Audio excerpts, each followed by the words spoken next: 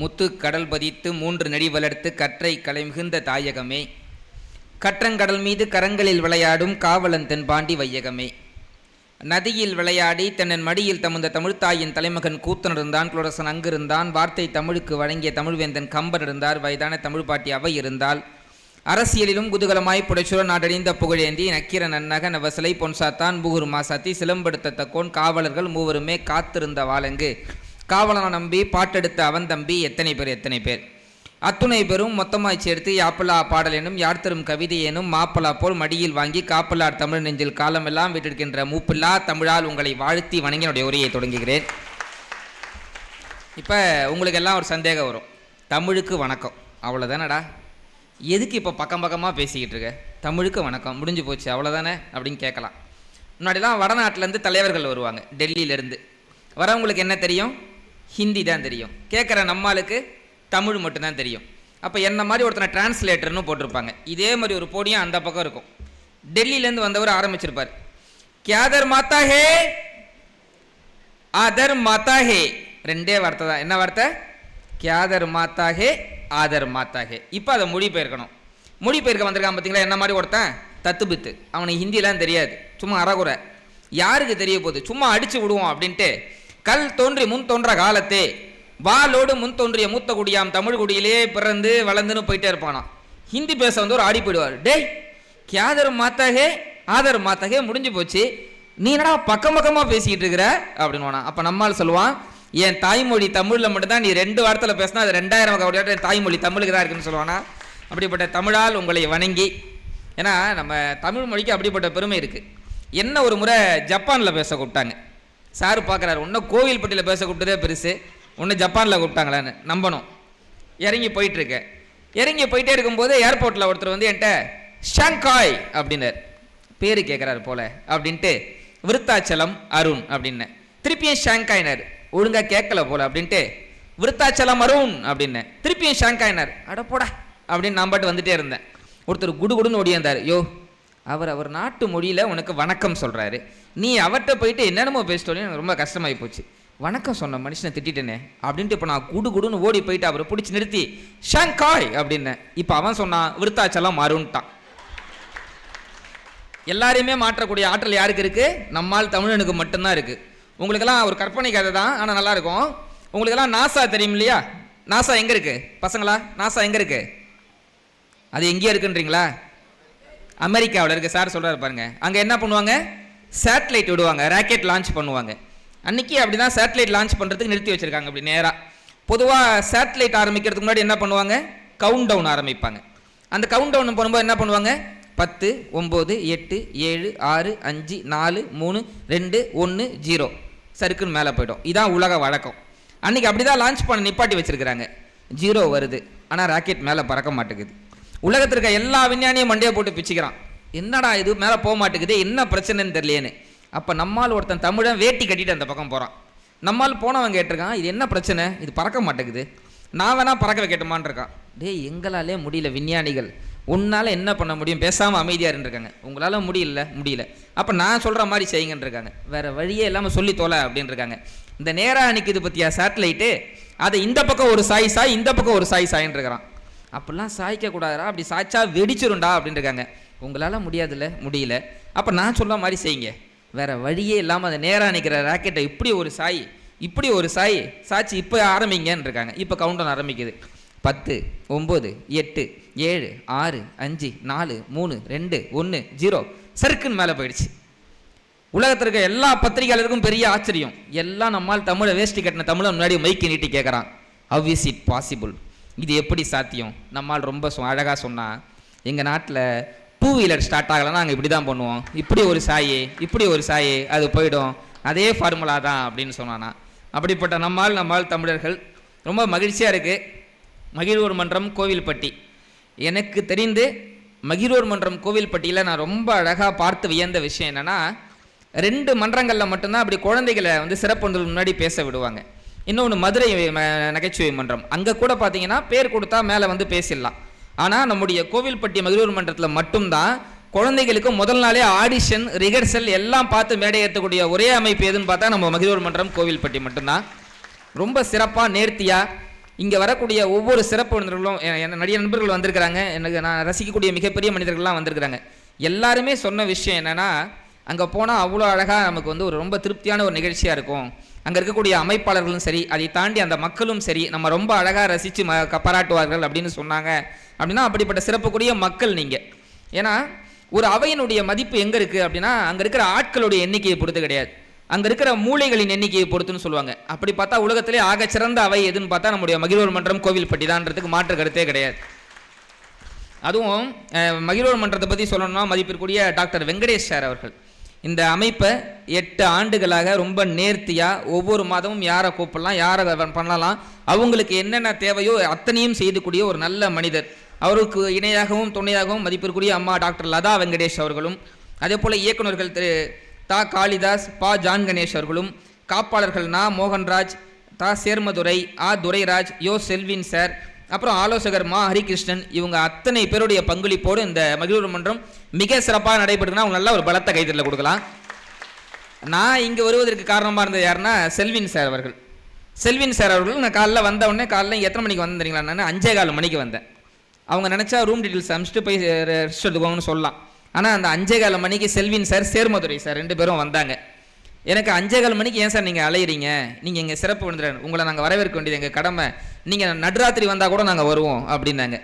அப்போ ஒன்றும் இல்லை, டீ சாப்பிட்றீங்களான்னு நாங்கள் சாப்பிட்லாம் அப்படின்னேன். இந்த டீ எனக்கு வாங்கி கொடுக்க இந்த கடைக்கு போகலாமா, இல்லை வேணாம் அந்த கடைக்கு போவோம், இல்லை வேணாம் அந்த கடைக்கு போகலாம் அப்படின்னு ஒரு டீ சாப்பிட்றது கூட எங்கே போனால் ரொம்ப அழகாக இருக்குன்னு சொல்லி அப்போலேருந்து இப்போ வரைக்கும் ஒரு உடன் பிறந்த சகோதரர்களாக பார்த்துக்கிட்டு இருக்க அந்த 2 சகோதரர்களுக்கும் நம்ம பெரிய நன்றியை நேரத்தில் தெரிவிச்சுக்கணும். மகிழ்வோர் மன்றம் கோவில்பட்டி 8 ஆண்டுகளை 8வது ஆண்டுன்னு நினைக்கிறேன். இந்த 8 ஆண்டு 100 ஆண்டுகளை கடந்தும் அது போகும் அப்படின்றதுக்கு மாற்று கருத்தே கிடையாது. இதுக்கு எல்லாம் உங்களுடைய பெரிய பங்களிப்போடு மிக சிறப்பாக நடைபெற்று கொண்டிருக்கிறது. இப்போ உங்களுக்கெல்லாம் ஒரு சின்ன சந்தேகம் என் மேலே வந்திருக்கும். இந்த ஃபோட்டோவை பார்த்துட்டு யாரா அவன் சின்ன பைய அப்படின்னு ஒரு டவுட் வந்திருக்கும்.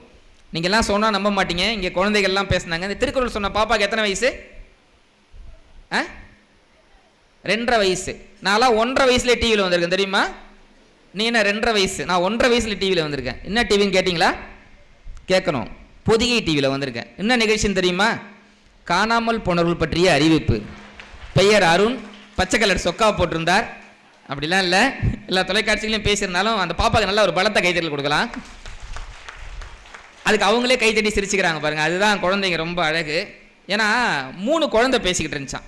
அதில் முதல் குழந்தை சொல்லிச்சான், எங்கள் அப்பா மட்டும் 2 கையில் தள்ளனா பஸ்ஸு ஓடியே போயிடுச்சு முதல் குழந்தை. 2வது குழந்தை சொல்லிச்சு, உங்கள் அப்பா 2 கையில் தள்ளினா தான் பஸ்ஸு ஓடும், எங்கள் அப்பாலாம் 1 கையில் தள்ளினா போதும் பஸ்ஸு ஓடியே போயிடுச்சான்.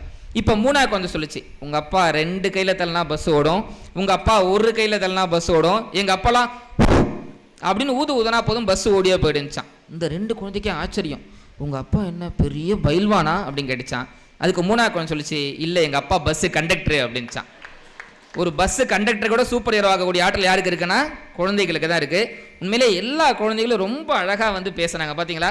நல்ல கட்டுரை, நல்ல செய்திகள், நல்ல நகைச்சுவைகள், நல்ல நல்ல தகவல்கள், நல்லா அவங்களுக்கு எல்லாம் ஒரு பலத்த கைத்தில் நம்ம கொடுத்து பாராட்டலாம். ஏன்னா இது பெரிய விஷயம். மகிழ்வோர் மன்றம் கோவில்பட்டி செய்யக்கூடிய பணி அப்படின்றது மிகப்பெரிய பணி. ஒரு IAS ஆஃபீஸர், ஒரு கலெக்டர், அவரை ஒரு நிகழ்ச்சிக்கு சிறப்பு விருந்தினராக கூப்பிட்டாங்களாம். அவர் வர முடியாது அப்படின்ட்டார். சரி பிஸியாக இருப்பார் போல் அப்படின்ட்டு ஒரு நாள் வந்து நீங்கள் என்னைக்கு ஃப்ரீயாக இருக்கீங்க வாங்கன்றார். அன்றைக்குமே IAS கலெக்டர் என்ன பண்ணுறாரு, என்னென்ன காரணங்கள் சொல்லி தவிர்க்கலாமோ சொல்லிக்கிட்டே வராராட்டுக்குது. அப்புறம் ஒரு 2-3 தடவை ட்ரை பண்ணதுக்கப்புறம் தான் என்ன பிரச்சனை, ஏன் கலெக்டர் வரமாட்டாருன்னு கண்டுபிடிச்சாங்களாம். கலெக்டருக்கு மேடை ஏறி ஸ்டேஜில் பேசுறதுனா பயமா. ஒரு IAS கலெக்டருக்கு ஸ்டேஜில் ஏறி பேச பயம் இருக்கிறது. ஆனால் நம்ம குழந்தைங்க எவ்வளோ அழகாக பேசி பரிசுகள் வாங்குறாங்க அப்படின்னா உற்சாகப்படுத்த வேண்டியது நம்ம கடமை அல்லவா? அதுலேயும் மகிழ்வோர் மன்றம் வந்து அவங்க நினச்சா என்ன பரிசு வேணால் கொடுக்கலாம். எல்லா குழந்தைகளுக்கும் என்ன கொடுக்குறாங்க, புத்தகங்கள். ரொம்ப அழகாக அந்த குழந்தைங்கள்லாம் அந்த புத்தகத்தை வாங்கிட்டு போய் சின்ன புத்தகம் தான், அது அவங்க அப்பா அம்மா வாங்கி கொடுக்க முடியாமல் கிடையாது. ஆனால் நம்ம பேசி நம்ம பரிசு வாங்கின புத்தகம்னு ஒவ்வொரு குழந்தையும் கீழே இறங்கிட்டு எனக்கு இது கொடுத்தாங்க அப்படின்னு திறந்து பார்க்கக்கூடிய அந்த அழகு இருக்குது பார்த்தீங்களா? அது ரொம்ப அழகு. அந்த குழந்தைங்கள்லாம் நாளைக்கு வருங்காலத்தில் மிகப்பெரிய இடத்துக்கு வருவாங்கன்றல மாற்று கருத்தே கிடையாது அப்படின்றத அவங்களுக்கு பெரிய பாராட்டுகளை தெரிவித்து எல்லாருமே அதே மாதிரி நீங்களுமே எல்லாம் குழந்தை மாதிரி ரசிக்கிறீங்க. ஏன்னா குழந்தைகிட்ட மட்டும்தான் நம்ம நிறைய விஷயங்களை கற்றுக்கலாம். ஒரு ஃபோட்டோ எடுத்து பாருங்களேன், ஒரு ஃபோட்டோவில் நம்ம அழகாக இருப்போம், இன்னொரு ஃபோட்டோவில் அசிங்கமாக இருப்போம். ஆனால் ஒரு குழந்தையுடைய புகைப்படத்தை எடுத்து பாருங்கள், அது அழுதாலும் அழகு, சிரித்தாலும் அழகு. அதுக்கு தெரிஞ்சதும் நமக்கு தெரியாததும் என்னன்னா நம்ம அந்த ஃபோட்டோக்காக அது நடிக்கிறோம். அது இயல்பாக இருக்குது. அந்த இயல்பு தான் மனிதர்கள் வாழ்க்கையில் கடைபிடிக்க வேண்டிய முக்கியமான விஷயமே அப்படின்றது தான் மாற்றுக்கிறதே கிடையாது. ஏன்னா இப்போ தலைப்பு என்ன? சிரிப்பு என்னும் விலையில்லா மருந்து. இந்த உலகத்திலேயே எல்லா நோயையும் கட்டுப்படுத்தும் ஒரு ஆற்றல் ஒரு மருந்துக்கு இருக்குது அப்படின்னா அதுதான் சிரிப்பு அப்படின்றதுல மாற்றுக்கிறதே இருக்க முடியாது. ஏன்னா இந்த மருந்துக்கு விலையே கிடையாது. நீங்கள் சிரிப்பதன் மூலமாக எல்லா விஷயங்களையுமே கடந்துடலாம். கஷ்டப்படுறவனுக்கு சிரிக்க தெரியாது, சிரிக்கிறவனுக்கு கஷ்டம் தெரியாது. ஆனால் எவன் ஒருத்தன் கஷ்டத்துலேயும் சிரிக்கிறானோ அவனுக்கு தோல்வியே கிடையாதுன்னு சொல்லுவாங்க. அப்படி இந்த மாதம் நீங்கள் இந்த ஒரு நிகழ்வில் கலந்துக்கிறதுல ரொம்ப பெருமைப்படலாம்.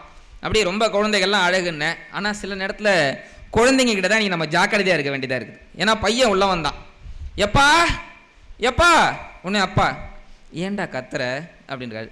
இல்லைப்பா தாத்தா என்ன பெரிய டான்ஸரோ அப்படின்னு கேட்டிருக்கான். அப்பா கேட்டிருக்காரு, இல்லையே ஏன்டா கேட்குற? இல்லை வீட்டுக்குள்ளே வரும்போது பார்த்தேன் சுவிட்ச் பாக்ஸ் இருக்க ஒயரை பிடிச்சி அந்த ஆட்டம் ஆடிட்டு இருந்தார், அதான் கேட்டேன். அந்த மனுஷன் ஷாக் அடித்து ஆடிட்டு இருக்கிறார். இவன் எப்படி கேட்குறான் பாருங்க. இப்படி தான் ஒரு குழந்தை என்ன பண்ணுறது, தாத்தா குளிர் காற்றுல உட்காந்துருக்கிறார். தாத்தா வெளியில் காற்று பயங்கரமாக இருக்குது, காதில் பஞ்சு வச்சுக்கோ. வைக்க முடியாது போமா அப்படின்றார். சொல்கிறது கேள் தாத்தா, காதில் பஞ்சு வச்சுக்கோ.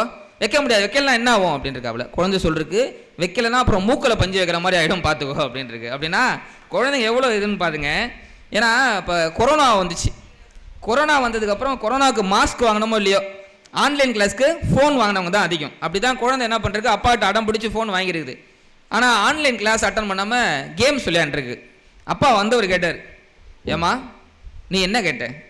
ஆன்லைன் கிளாஸ்க்கு ஃபோன் வேணும்னு கேட்டால் வாங்கி கொடுத்தேன், நீ என்ன கேம்ஸ் விளையாண்டுக்கிட்டு இருக்க அப்படின்னு. அது குழந்தை சொல்றதுக்கு பிடி பீரியடுப்பா அப்படின்ட்டு. ஆன்லைன் கிளாஸில் என்ன பிடி பீரியடு? அப்படியே குழந்தைங்களாம் இன்னொரு குழந்தைகிட்ட கேட்டிருக்காங்க, உங்களுக்கு மறக்க முடியாத டீச்சர் யார்? நம்மளாக இருந்தால் என்ன சொல்லுவோம், science teacher, Tamil teacher, English teacher அப்படின்னு சொல்லுவோம். ஆனால் அந்த குழந்தை சொல்றதுக்கு எனக்கு மறக்க முடியாத டீச்சர்னா எங்கள் சத்துணவு டீச்சர் தான் அப்படின்ட்டு. அப்படி குழந்தைகள்கிட்ட நம்ம நிறைய விஷயங்களை பார்க்குறோம். ஆனால் குழந்தைகிட்ட தான் நம்ம நிறைய நல்லதை சொல்லி கொடுக்கலாம். நம்ம ஒரு குழந்தை தவறாக பேசுதுன்னா அது குழந்தை காரணம் கிடையாது, வீட்டில் வளரக்கூடிய பெத்தவளாகிய நம்ம தான் காரணம். ஏன்னா வீட்டில் நகராட்சி தூய்மை பணியாளர் வந்திருக்கிறார். வந்தவர் என்ன பண்ணுறாரு, வீட்டில் வாசலில் இருந்த குப்பை கிட்ட குப்பை எடுத்துருவா அப்படின்னு கேட்டிருக்காரு. அந்த குழந்தை உள்ளே போயிட்டு அப்பாட்ட சொல்லிருக்காரு, அப்பா குப்பைக்காரர் வந்திருக்காரு அப்படின்னு. அதுக்கு அப்பா சொன்னார், அவர் குப்பைக்காரர் இல்லைப்பா, நம்ம தான் குப்பை போடுறோம், நம்ம தான் குப்பைக்காரர், நம்ம குப்பைகளை வாங்க வந்த சுத்தக்காரர் அவர்னு சொல்லி கொடுத்தார். அதுக்கப்புறம் அந்த குழந்தை அந்த மாதிரி வார்த்தைகளை சொல்லுமா அப்படின்னா அது நம்மக்கிட்ட தான் இருக்குது. லியோ டால்ஸ்டாய் ஒரு கவிதை, ஒரு கதை, ஒரு கட்டுரை ஒன்று, ரொம்ப அழகான ஒரு விஷயம். குழந்தைங்க எப்படிப்பட்டவங்க, நம்ம எப்படிப்பட்டவங்க அப்படின்றதுக்கு. 2 குழந்தைங்க என்ன பண்ணுறதுக்கு, ஒரு சின்ன ஓடை, அந்த ஓடையில் காகித கப்பல் விட்டு விளையாண்டுருக்கிறாங்க 2 குழந்தைங்க. அந்த 2 குழந்தைங்க காகித கப்பல் விட்டு விளையாடும்போது ஒரு குழந்தையுடைய கப்பல் போயிட்டு இன்னொரு கப்பலில் மோதி, அது பேப்பர் தானே, அது அப்படியே உறிஞ்சி கீழே இதுவாகிடுது. இந்த குழந்தை இன்னொரு குழந்தை என்ன போச்சு, இந்த இப்படி ஆன உடனே ரொம்ப கோச்சிக்கிட்டு 2 பேரும் சண்டை போட்டுக்கிறாங்க. சண்டை போட்டு இந்த குழந்தை இன்னொரு குழந்தை போயிட்டு அவங்க வீட்டில் வந்து இந்த மாதிரி ஆச்சு அப்படின்னு சொன்ன உடனே அந்த அப்பா அம்மா வந்து இந்த குழந்தைய சண்டை போடுறாங்க. இந்த உடனே இந்த குழந்தையோட அப்பா அம்மா வந்து அவங்ககிட்ட சண்டை போடுறாங்க. இந்த 2 பேர் சண்டை போட்டு தெரு சண்டையாகுது, தெரு சண்டை ஊர் சண்டையாகுது, ஊர் சண்டை அடித்து அந்த ஊரே 2 பட்டாவது போலீஸ் ஸ்டேஷனில் போய் நிற்கிறாங்க. இவ்வளோ பிரச்சனை நடந்துக்கிட்டு இருக்கு. இந்த சண்டை போட்டுச்சிங்களா 2 குழந்தைங்க, நடுவில் பழம் விட்டு 2 பேர் திருப்பி விளையாட போயிடுச்சிங்களாம். ஆனால் பெற்றவங்க என்ன பண்ணுறாங்க, அடிச்சுட்டு அது ஊர் சண்டையாக மாறி இருக்கு. அப்படின்னா குழந்தைகள் போல மனசு இருந்தால் வாழ்க்கையில் நம்ம எதையும் கடக்கலாம் அப்படின்றது தான் இந்த குழந்தைகிட்ட கற்றுக்கொள்ள வேண்டியது. இந்த குழந்தைகளை இன்னைக்கு கூப்பிட்டுட்டு வந்து ரொம்ப உற்சாகப்படுத்தின அவங்க பெற்றோருக்கு இப்போ குழந்தைகள்லாம் கை தட்டுங்க பார்ப்போம். குழந்தைங்க கை தட்டணும். உங்கள் அப்பா அம்மா உங்களை கூப்பிட்டு வந்திருக்கிறாங்கல்ல. ஏன்னா இது போல் ஏதோ ஒரு மேடையில் எங்கள் அம்மா என்னை ஏற்றி விட்டதனுடைய விளைவு தான் இன்றைக்கி நான் வந்து எல்லா மேடைகள்லையும் பேசிக்கிட்டு இருக்க முடியுது. இன்றைக்கி நான் கோவில்பட்டி மகிழ்வோர் மன்றத்தில் பேசிகிட்டு இருக்கேன்.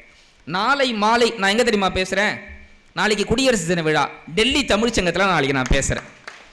அங்கே நடக்கக்கூடிய பொங்கல் விழா பட்டிமன்றத்தில் நான் பேசுகிறேன். அப்படின்னா இது உண்மையிலே எங்கள் அம்மா என்னை விளையாட்டாக அந்த மாதிரி உற்சாகப்படுத்தினுடைய விளைவு என்ன, நாளைக்கு நான் டெல்லி போக வச்சுருக்கு. இது நான் போகிறன்றதுக்காக நான் சொல்லலை.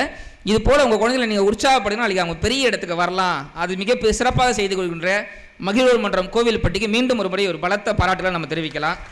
அதே போல் இந்த நிகழ்ச்சிக்கு தலைமை ஏற்றிருக்கின்ற கிராம நிர்வாக அலுவலர் கோவில்பட்டி திரு முருகானந்த் சார் அவர்கள், நல்ல ஒரு அவர் நமக்கு ஒரு இன்ஸ்பிரேஷன். ஏன் இன்னைக்கு அவர் இங்கே கூப்பிடணும் தெரியுங்களா? அவர் யார்? விஏஓ. ஆனால் அதுக்கு முன்னாடி அவர் என்னவாக இருந்தார் தெரியுமா? அவர் ஒரு போலீஸ் கான்ஸ்டபிளாக இருந்து 9 ஆண்டுகள் பணியாற்றி டிஎன்பிஎஸ்சி எக்ஸாம் எழுதி இன்னைக்கு விஓவா உயர்ந்திருக்கிறார் அப்படின்னு சொன்னால் இது போன்ற மனிதர்கள் நம்ம வாழ்க்கையில் மிகப்பெரிய இன்ஸ்பிரேஷன். அதே போல் நம்முடைய மதிப்பிற்குரிய வாடிக்கையாளர் சேவையாளர் திரு பெரியசாமி சார், நல்ல ஒரு பலத்த கைத்தல கொடுக்கலாம். இங்கே வரக்கூடிய எல்லா குழந்தைகளுக்கும் என்ன பண்ணார் தெரியுமா? அவர் மைக் ஆன் பண்ணி அது ஒர்க் பண்ணுதா இல்லையான்னு பார்க்கறதுக்கு அப்படின்னு ஊதி தான் கொடுத்து எல்லா குழந்தையும் உற்சாகப்படுத்தினாருன்னா இவங்க 2 பேரும் நல்ல ஒரு பலத்த கைதறில் நம்ம கொடுக்கலாம். இப்போ எல்லாம் எப்படி இருக்கீங்க? இப்போ உங்கள் மனசில் என்ன வேண்டா 20 நிமிஷமாக பேசிட்டு இருக்க, இப்போ தான் எப்படி இருக்கீங்கன்னே கேட்குறியே அப்படின்னு. எப்படி இருக்கீங்க? நல்லா இருக்கும். இதை கேட்க எவ்வளோ நல்லா இருக்குது. இப்போ எங்கள் ஊர் பக்கம்லாம் போயிட்டு எப்படி இருக்கீங்கன்னு கேட்டேன், ஒருத்தன் கூட நல்லா இருக்குன்ற வார்த்தையே வரமாட்டேதுங்க. ஏதோ உங்கள் புண்ணியத்தில் இருக்கிறேன்றான். ஏன் புண்ணியத்தில் நானே நல்லா இல்லை, நீ ஏன்டா நல்லா இருக்கணும் அப்படின்ற மாதிரி இருக்குது. நம்ம ஊர் பக்கம் எல்லாமே வித்தியாசம் பார்த்துருக்கீங்களா? டிரான்ஸ்ஃபார்ம் கம்பத்தில் எழுதி போட்டிருப்பான், தொடாதே, மின்சாரம் 10,000 வாட்ஸ், தொட்டால் மரணம் நிச்சயம். அதோட முடிச்சா பரவாயில்லைங்க. அது கீழே எழுதி போடுவான், மீறி தொட்டால் காவல்துறையால் தண்டிக்கப்படுவீர்கள். அவன் தான் தொட்ட உடனே செத்துருவானே, அப்புறம் எங்கே காவல்துறை வந்து தண்டிக்கிறதுக்கு? எவ்வளோ நகைச்சுவை நடக்குது பாருங்க. அது மாதிரி ஒரு திரைப்படம் டைலாக் பார்த்துருக்கீங்களா? குத்துனது நண்பனாக இருந்தா செத்தா கூட வெளியில் சொல்லக்கூடாது. அவன் தான் செத்துருவானே, அப்புறம் எப்படி வெளியில் சொல்ல முடியும்? இப்படி எல்லாமே இன்னைக்கு வித்தியாசமாக நடந்துக்கிட்டு இருக்கு. இந்த வீட்டில் இருக்க பெண்கள் பேசுகிறத பார்த்துருக்கீங்களா? பக்கத்து வீட்டுக்காரங்க ஒரு பிரச்சனை வந்திருக்கும், இந்த கடவுள் அவங்கள தண்டிக்கிறாரு. இதுவே அந்தமாக ஒரு பிரச்சனை வந்திருக்கும், இந்த கடவுள் ஏன் தான் நம்மளை சோதிக்கிறாருன்னு தெரில அப்படின்வாங்க. ஒரே ஒரு வார்த்தை தான், அப்படியே திருப்பி போட்டுருவாங்க.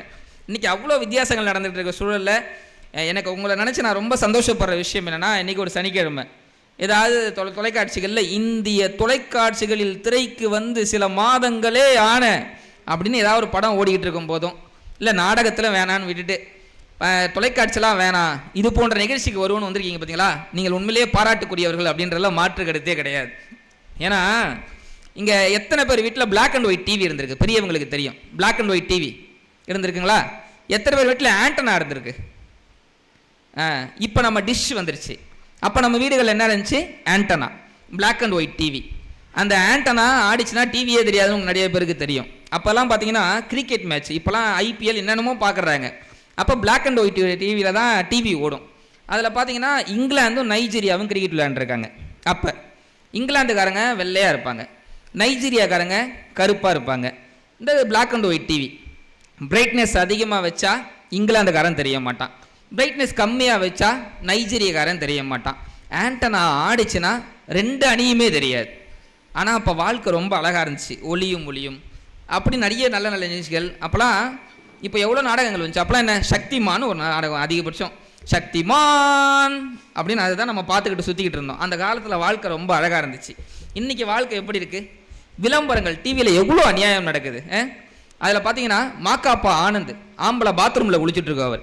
இந்த அம்மா காஜல் அகர்வால் நேராக கதவு திறந்துட்டு உள்ளே வந்து, உங்கள் டூத் பேஸ்ட்டில் உப்பு இருக்கா அப்படின்னு கேட்குது.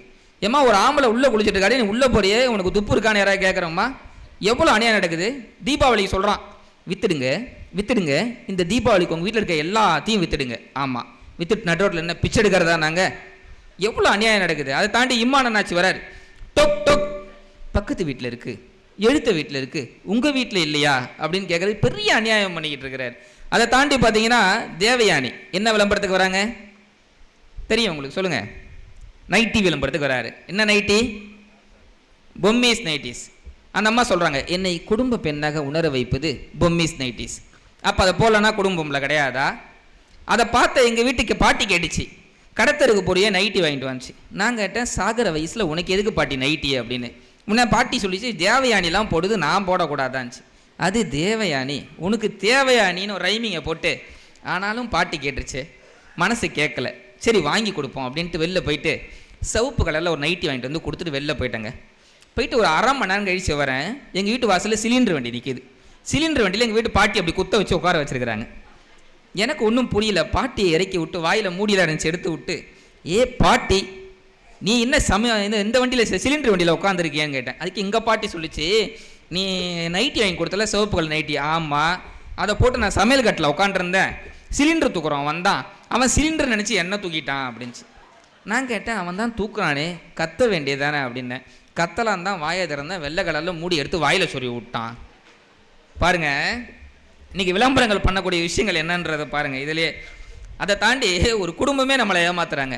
சூர்யா வராரு ப்ரூ குடிங்கன்றாரு, தம்பி சூர்யா கார்த்தி வராரு சன்ரைஸ் குடிங்கன்றாரு.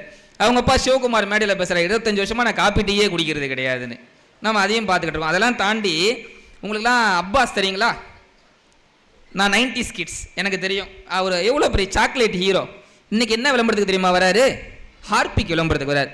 உங்கள் வீட்டு பாத்ரூம் சுத்தமாக இருக்கா? நான் இட்லி சாப்பிட்டுட்டு இருக்கேங்க, அந்த அம்மா சுத்தமாக தான் இருக்குது அப்படின்னு. இன்றைக்கி விளம்பரங்கள்ன்ற பேரில் என்னென்ன பண்ணக்கூடாது எல்லாம் பண்ணுறாங்க. அதை தாண்டி டான்ஸ் நிகழ்ச்சி பாருங்கள், அதுலேயும் பார்த்தீங்கன்னா எல்லாமே தவறான விஷயங்களாக இருக்குது. அதை தாண்டி இன்றைக்கி உலகத்தையே நிறைய தமிழ் குடும்பங்களை கெடுக்கிறதே சீரியல் அப்படின்ற ஒரு கலாச்சாரம் தான். நான்லாம் எங்கள் அம்மா கூட பார்த்த ஒரே சீரியல் என்ன தெரியுமா? நாதஸ்வரம்னு ஒரு நாடகம். ஒரு 4-5 வருஷம் முன்னாடி வந்துச்சு. அது ஒரு 4 வருஷத்துக்கு மேலே ஓடிச்சு. அது அதில் யார் ஹீரோ? கோபி. கோபி என்னவா காட்டுவாங்க? டெய்லர்னு சொன்னாங்க ஃபஸ்ட் எபிசோடில். நானும் 4.5 வருஷமாக அந்த நாடகத்தை பார்த்தேன். எங்கள் அம்மா அவர் வரும்போது தான் டெய்லர் வந்துட்டார், இதோ டெய்லர் வந்துட்டாருனாங்க. அந்த ஒரு அன்றாயிரம் கூட தைச்சது கிடையாது. ஆனால் அவர் நம்ம டெய்லர்னு நினச்சி ஏமாற்றிக்கிட்டு இருக்காங்க. இவ்வளோ ஏன் இன்றைக்கி எந்த நிறைய வீடுகளில் பார்த்தீங்கன்னா சமையலே கிடையாது, எல்லா நாடகத்தை பார்த்துட்டு உட்காந்துருக்காங்க. புருஷன் வீட்டுக்குள்ளே வந்தான், இப்படியே நீ நாடகம் பார்த்துக்கிட்டு இருந்த நான் தொங்க போகிறேன் அப்படின்றான். இந்த அம்மா சொல்லுது தொங்குறதா தொங்குற, கொஞ்சம் ஓரமாக தொங்கு, டிவி மறைக்குது அப்படின்றது. இன்றைக்கி தொலைக்காட்சிகள் நம்மளை எந்த அளவுக்கு கெடுத்து வச்சுருக்காங்க. இந்த உலகத்திலேயே புத்திசாலியான நாய் யாருன்னு பார்த்தா டாபர்மேன். ஆனால் அந்த டாபர்மேனுக்கு தனது பின்னால் உள்ள வால் தனதுன்றது தெரியாது. உலகத்திலேயே புத்திசாலியான பறவை எதுன்னு பார்த்தீங்கன்னா காக்கா. ஆனால் காக்காக்கு தனது கூட்டில் உள்ள முட்டை தனது முட்டையா இல்லை குயிலின் முட்டையா என்பது தெரியாது. உலகத்திலேயே புத்திசாலியான விலங்கு எதுன்னு பார்த்தீங்கன்னா யானை. ஆனால் யானைக்கு மட்டும் தன்னுடைய பவர் தெரிஞ்சிருந்தா இத்தினோண்டு சங்கிலிக்கு கட்டுப்பட்டு இருந்திருக்காது. அது போல தான் மனிதர்களாகிய நம்ம மற்றவங்கிட்ட பேசி விவரம் தெரியாமல் என்ன பண்ணிட்டு இருக்கோம், இந்த விளம்பரங்களையும் நாடகங்களையும் பார்த்து நம்ம ஏமாந்துக்கிட்டு இருக்கோம் அப்படின்றது தான் உண்மை. நீங்கள் விளம்பரங்களை கொஞ்சம் உற்று நோத்து பாருங்கள். ஏன்னா குழந்தைகளுக்கு நம்ம சொல்லிக் கொடுக்கணும். நம்ம ரோட்டில் 100 சிசி பைக் இருக்குல்ல, 100 சிசி வேகம் கொண்ட பைக் போகிறதே இன்றைக்கி ரோட்டில் கஷ்டம். ஏன்னா இங்கே மேடு பள்ளமாக இருக்குது. ஆனால் டிவியில் நம்ம விளம்பரம் பண்ணுறான் பாருங்கள், 1200 சிசி பைக் இந்த நாட்டில் விற்பனை ஆகிறது. 1200 சிசிக்கு நம்ம ரோட்டில் போகவே முடியாது அப்படின்றது தான் உண்மை. அதை தாண்டி நம்ம என்றைக்காவது தேட்டரில் நம்ம வண்டியை பார்க் பண்ணுறோம் பார்த்தீங்களா, அதுக்கு என்ன பண்ணுறான், 20 ரூபா நம்மக்கிட்ட வாங்குறான். அந்த ரசீதை யாராவது வாங்கி படித்து பார்த்துருக்கீங்களா? அதில் அவன் சொல்லிருப்பான், உங்கள் வண்டி காணாமல் போனாலோ சேதமடைந்தாலோ நிர்வாகம் பொறுப்பல்ல அப்படின்வான். அதுக்கு எதுக்கு நான் 20 ரூபா கொடுத்தாங்க நிப்பாட்டுறேன்? இது எவ்வளோ பெரிய அட்டூழியம். அதே போல் நம்ம நாடுகளில் கொத்தமல்லி கருவேப்பிலை கொசுரா வாங்குகிறோம். நம்ம நினைக்கிறோம் கொத்தமல்லி கருவேப்பிலை ஃப்ரீயாக கொடுக்குறாங்க அப்படின்னு. அது உண்மை கிடையாது. கொத்தமல்லி கருவேப்பிலைக்கும் சேர்த்து தான் நம்மக்கிட்ட பில் சேர்த்து போடுறாங்க அப்படின்றது தான் உண்மை. இது தெரியாமல் நிறைய பேர் இப்போ நம்ம கொத்தமல்லி கருவேப்பிலை வாங்காமல் வந்தால் நஷ்டம், அதை வாங்கிட்டு வந்தால் கொடுத்த காசுக்கு வாங்குறோன்றது தான் அர்த்தம். இவ்வளோ ஏன் அமெரிக்காவில் பார்த்தீங்கன்னா ஒரு விளம்பரம் டிவியில் போடுறாங்க அப்படின்னா அது அனுபவத்தின் அடிப்படையில் போடுவாங்களாம். அதாவது ஒரு நடிகர் அந்த விளம்பரத்தை நடிக்கிறாரு அப்படின்னா அது என்ன பொருளோ அதை அவர் பயன்படுத்தி பார்த்துட்டு அவர் என்ன சொல்கிறாரோ அதன் அடிப்படையில் அங்கே விளம்பரங்கள் தயாரிக்கப்படுகிறது. ஆனால் இந்தியாவில் அப்படி கிடையாது. ஷாருக் கான் 10 ஆண்டுகளுக்கு மேலாக ஒரு கார் கம்பெனிக்கு நடிக்கிறார். ஆனால் அவருடைய சொந்த கார் அந்த கம்பெனியோட கார் கிடையாது, அவரே வேற கார் பயன்படுத்திட்டு இருக்கார். அது மாதிரி சச்சின் தெண்டுல்கர் 10 ஆண்டுகளுக்கு மேலாக ஒரு பைக்குக்கு அம்பாசிடராக வந்துக்கிட்டு இருக்கார். ஆனால் சச்சினுக்கு இன்னும் பைக்கே ஓட்ட தெரியாது. ஆனால் நம்மளை எப்படி இந்த உலகம் ஏமாற்றி கொண்டிருக்கிறதுனா இதை குழந்தைகளுக்கு சொல்லி எல்லா விஷயங்களும் நம்ம புரிய வைக்கணுன்றது தான் பெரிய விஷயமே.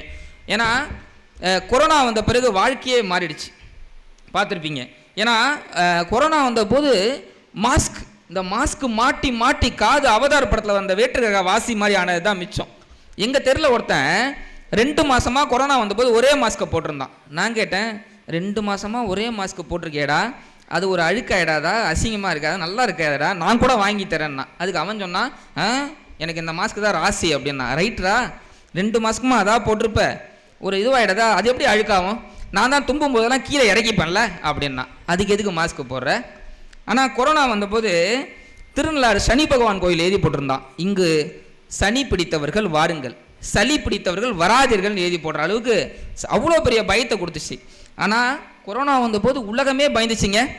நம்மால் தமிழை மட்டும் பயப்படவே இல்லை தெரியுமா? ஃப்ளேம்ஸ் போட்டு விளையாண்டுருந்தான் கொரோனா கூடயே.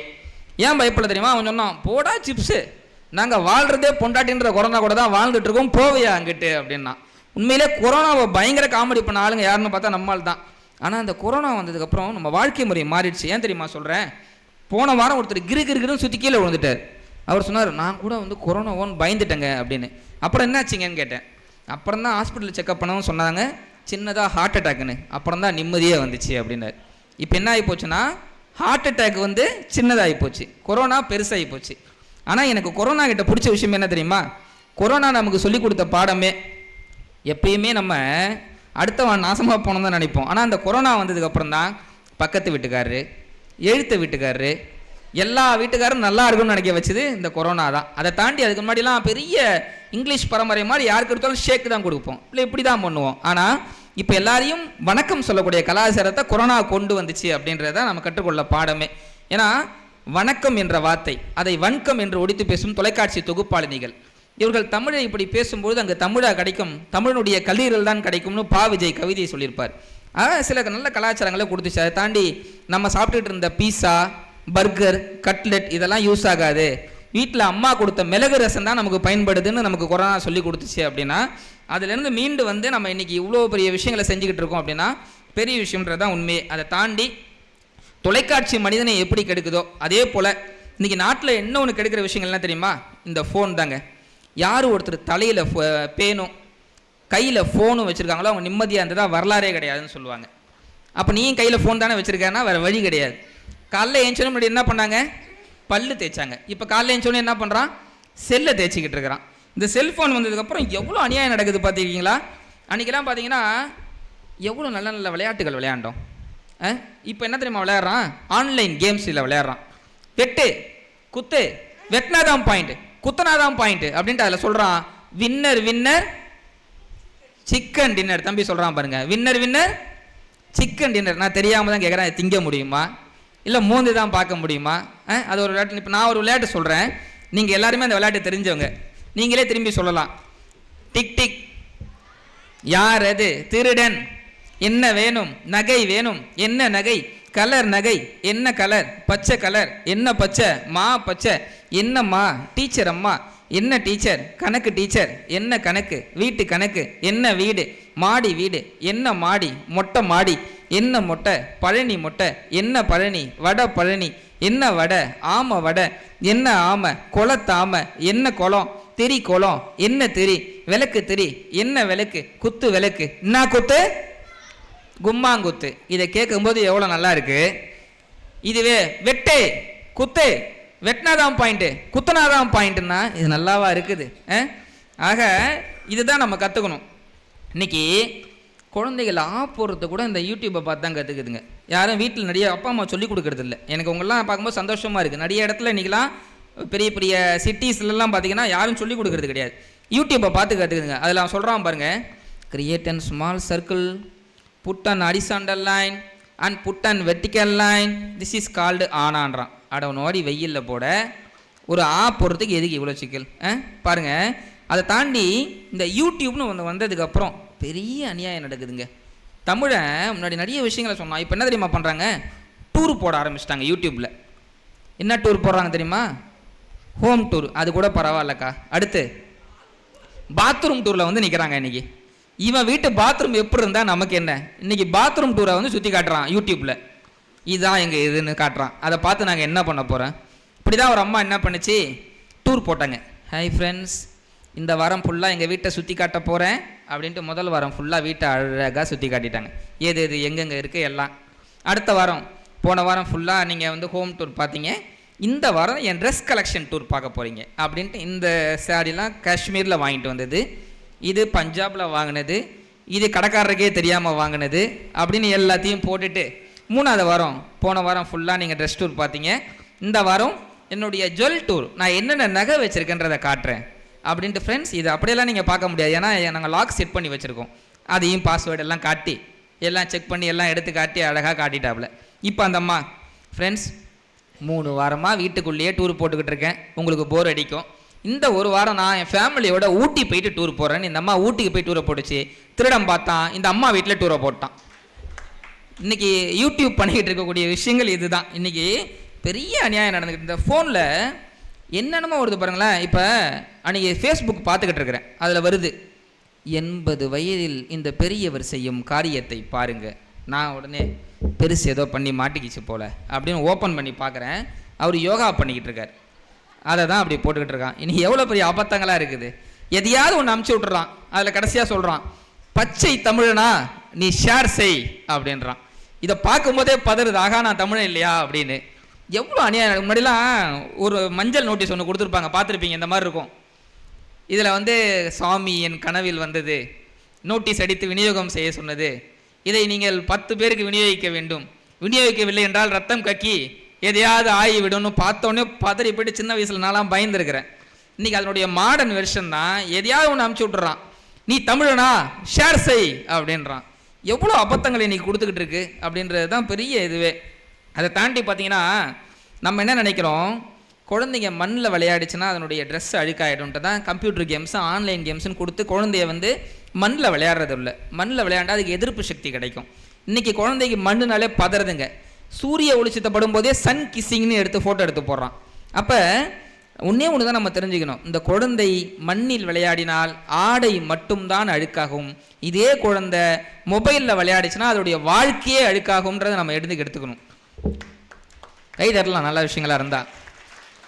உங்களுக்கெல்லாம் அல்டிமேட் ஸ்டார் அஜித் குமார் தெரியும். அஜித் குமார்ட்ட நம்ம கற்றுக்கொள்ள வேண்டிய விஷயம் என்ன தெரியுமா?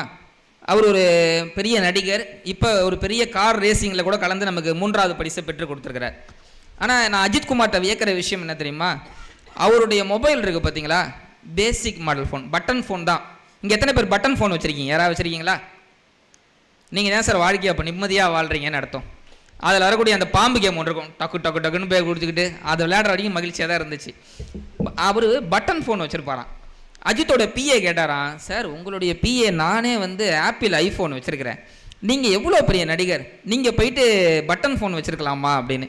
அதுக்கு அஜித் சொன்னாராம், எனக்கு என்ன வேலை, அதிகபட்சம் என் மனைவி ஷாலினிக்கு ஷூட்டிங் வந்துட்டேன், இதோ ஷூட்டிங் முடிஞ்சிச்சு, சாப்பிட்டாச்சு, இதோ ஷூட் முடிஞ்சிச்சு, கிளம்ப போகிறேன், இதோ வீட்டுக்கு வந்துக்கிட்டு இருக்கேன், இதான் பண்ண போகிறேன், அதுக்கு இந்த ஃபோனே போதும், நீங்கள் என்னுடைய பிஏ, என் படம் சம்மந்தப்பட்ட எல்லா விஷயங்களையும் நீங்கள் தான் பார்த்துக்கிறீங்க, உங்களுக்கு இது அத்தியாவசியம், எனக்கு இது ஆடம்பரம், இதுக்கு வேணாம் அப்படின்னாராம். இந்த நல்ல விஷயம்தான் அஜித் குமார்ட்ட நம்ம கற்றுக்கொள்ள வேண்டியது.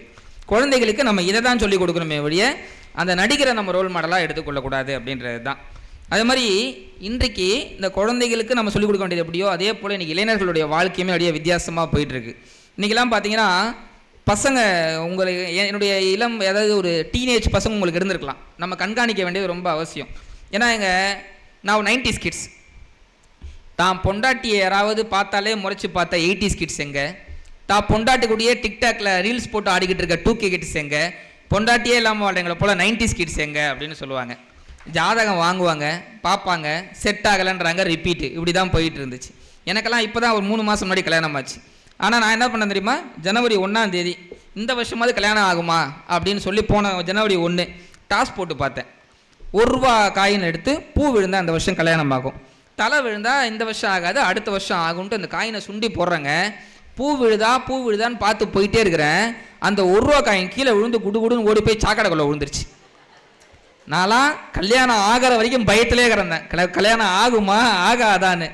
ஏன் எதுக்கு சொல்கிறேன் அப்படின்னா, இந்த ஃபோன் வந்ததுக்கப்புறம் சொன்ன மாதிரி தான் ரொம்ப இன்னைக்கு இளைஞர்கள் இதை ரொம்ப தப்பாக பயன்படுத்திக்கிறாங்க. ஒரு பையன் என்ன பண்ணுறான், அவனுக்கு தெரிஞ்ச பொண்ணுக்கு மெசேஜ் அனுப்பிச்சிருக்கான், செல்ல குட்டி இப்போ என்ன பண்ணுது, அதுக்கு அங்கேருந்து செல்ல குட்டி இப்போ சாப்பிட்டுட்டு படுத்துருக்குது.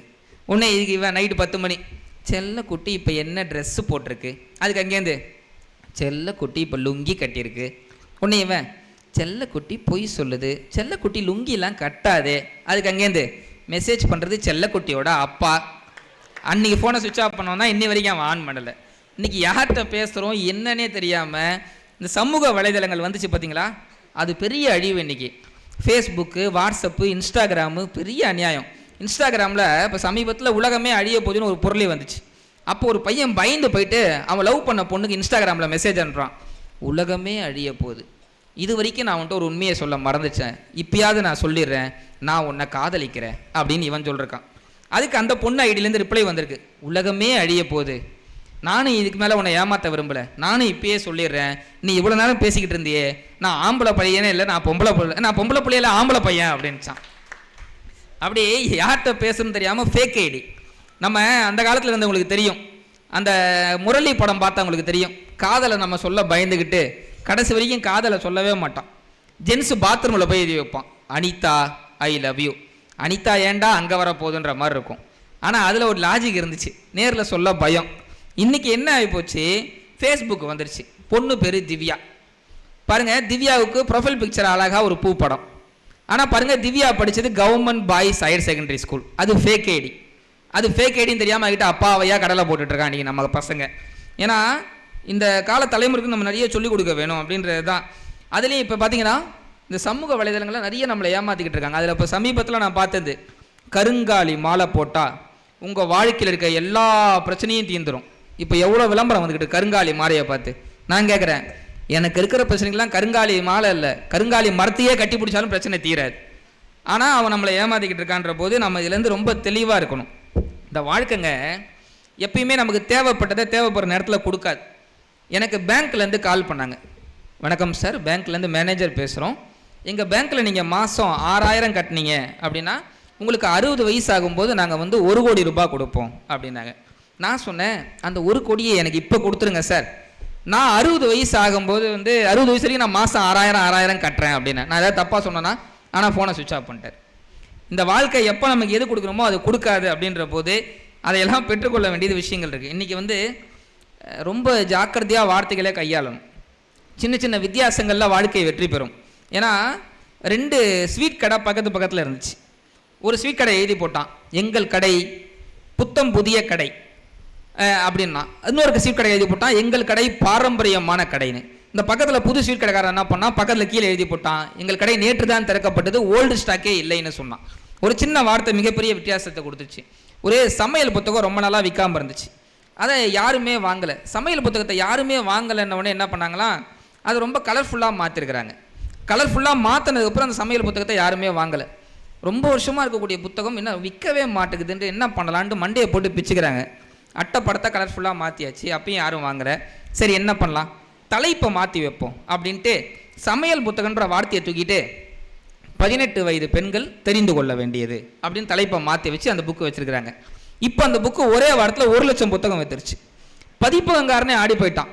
10 வருஷமாக விற்ற போது 1 ரூபாயா வாங்கலை, இப்போ தலைப்பை மாத்திர உடனே ஒரே வாரத்தில் 1 லட்சம் புக்கு விற்கிதே, எப்படின்னு கண்டுபிடிக்கணும்னு ஆராய்ச்சி பண்ணியிருக்கான். அப்புறம் தான் கண்டுபிடிச்சிருக்காங்க, வாங்கினதெல்லாம் பொம்பளை பிள்ளை இல்லையா, அம்புட்டும் ஆம்பளை பசங்களாம். 18 வயது பெண்கள் தெரிந்து கொள்ள வேண்டியதுன்னு ஒன்று, அதில் ஏதோ இருக்குடா அப்படின்னு நம்மால் தேடி வாங்கியிருக்கானா. ஒரே ஒரு வார்த்தை எவ்வளோ பெரிய வெற்றியை கொடுத்துருக்கு அப்படின்னா, இந்த வார்த்தை நுணுக்கத்தை தான் நம்ம கற்றுக்க வேண்டியது இருக்குது அப்படின்றது தான் உண்மையே.